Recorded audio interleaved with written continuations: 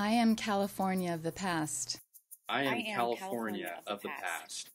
I I am California of the past.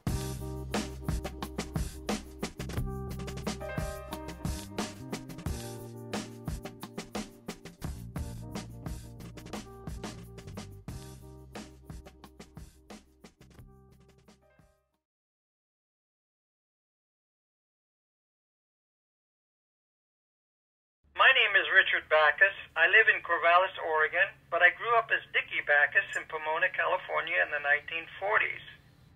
I'd like to tell you about a wonderful man whom my family referred to as Unc.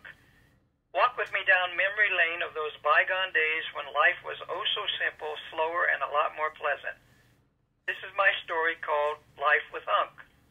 Unc was E.D. Bradley, a wealthy real estate broker and citrus grower. His nickname was given to him by his nephew Kim's family from Alhambra, California. Mr. Bradley had been a real estate developer and citrus grower, pioneer of the community, and very prominent civic leader in the Pomona Valley area since the early 1900s. When my family met him, he was semi-retired in his 70s. Mr. Bradley was a widower since his wife had passed on a few years before. He lived alone in a very large, comfortable home next door to our cramped apartment building, where we, the family of Carl and Lillian Backus, and two sons, Bobby and Dickie, lived since coming to California from the East. As time passed by, we became better acquainted with Mr. Bradley, and when he saw my brother Bobby and me playing outdoors, he would offer us these wonderful, large, juicy, freshly picked oranges, which he had grown in his orchard in nearby Claremont. Each week, Mom would usually bake either cookies, pie, or cake for our family, and when she discovered that Unc was a widower and living alone, she offered to share these with him. Since Mom was a super cook, she loved to prepare special dishes for us and asked Bobby and me to take him samples. Now and then, we would invite him to join us for supper in our tiny kitchen, and he always appreciated being included in our family meal. Mr. Bradley really loved Mom's cooking and always looked forward to what surprising recipes she would prepare. Before he met our family, he would usually eat all his meals alone in restaurants and cafes. As a result of being alone, he missed having family around and wanted to reach out to us and desired to share his way of life. So he invited us to visit with him in his home one evening, and naturally this would be a new experience for our family. And he also asked if Mom would be willing to prepare supper for the occasion.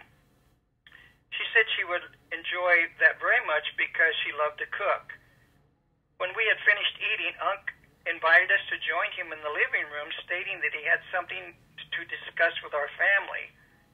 As I remember, he offered Dad an imported Cuban cigar and possibly a brandy or sherry. I noticed his large console Zenith radio practically new close to where we were sitting, and after we'd moved into his home, this would be the place where we would gather each evening to listen to our favorite radio programs. But that's another story for another time. During our discussion, Mr. Bradley asked if our family would be interested in sharing his home. He offered to pay all the expenses, including food, utilities, and other incidentals, and would allow us to live in pure luxury and comfort of his home as long as he lived. His home had all the modern conveniences in those days, including a new refrigerator, washer, oven and range, and even a bathtub. Wow. From then on, it was no longer Mr. Bradley, but at his request, just call me Unc. When Unc made us this offer, we were dumbfounded. Without hesitation, we immediately responded with an unmistakable and spontaneous, yes, we would love to share your home and become like your family.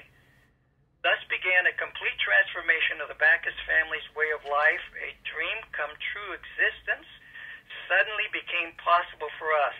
A modern-day miracle would be one way of describing this turn of events. Naturally, we'd all had to pitch in and help Mom, who would be busy preparing the meals, washing dishes, doing laundry, and house cleaning. And Dad taught Bobby and me how to take care of the lawn, grounds, and outside appearance of the property. When we were old enough, we both had a paper route with a progress bulletin, the daily newspaper for Pomona. As the years passed by, by, Unc offered Mom the opportunity to get a real estate license and join him in operating his business. She was really happy about that and worked for him in his office for a few years. She loved people and was very hospitable and did quite well in contributing to his business.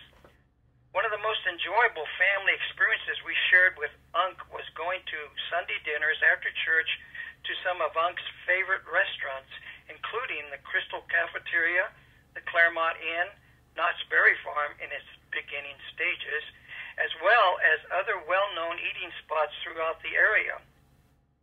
On those Sundays when we weren't going out to dinner with Unc, Mom would invite friends from the United Brethren Church to join us for dinner at home, and sometimes either a visiting missionary or a special speaker.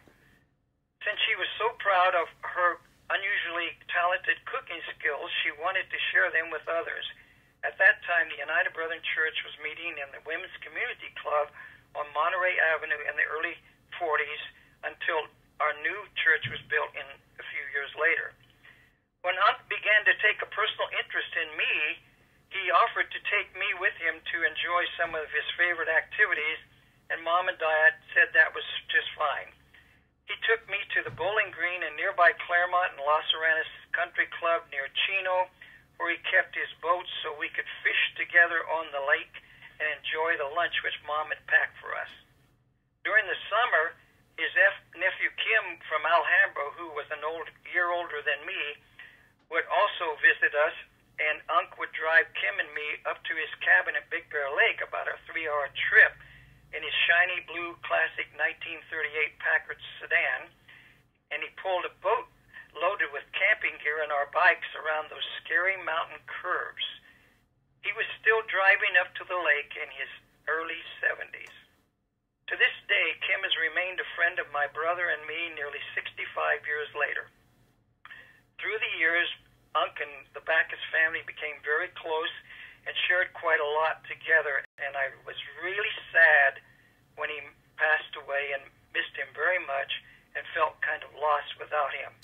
He was the best kind of uncle a kid could ever have. Since Unc made this wonderful way of life possible for our family, it is my desire to convey just how much he meant to us. Mr. Edward D. Bradley will be remembered for his wonderful gift of kindness and generosity to us, as well as a unique style of life and demonstration of love, which we have never, ever forgotten.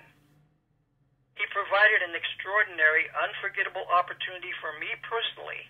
I came to know him quite well and greatly respected him as a result of the quality time we spent together and the effort which he demonstrated to make me feel part of his life. Unc's contribution to my life enabled me to enjoy to the fullest extent my boyhood days with many special memories which have influenced my life considerably, even to this day. That's about it. My story of a kid growing up in Pomona during the 1940s.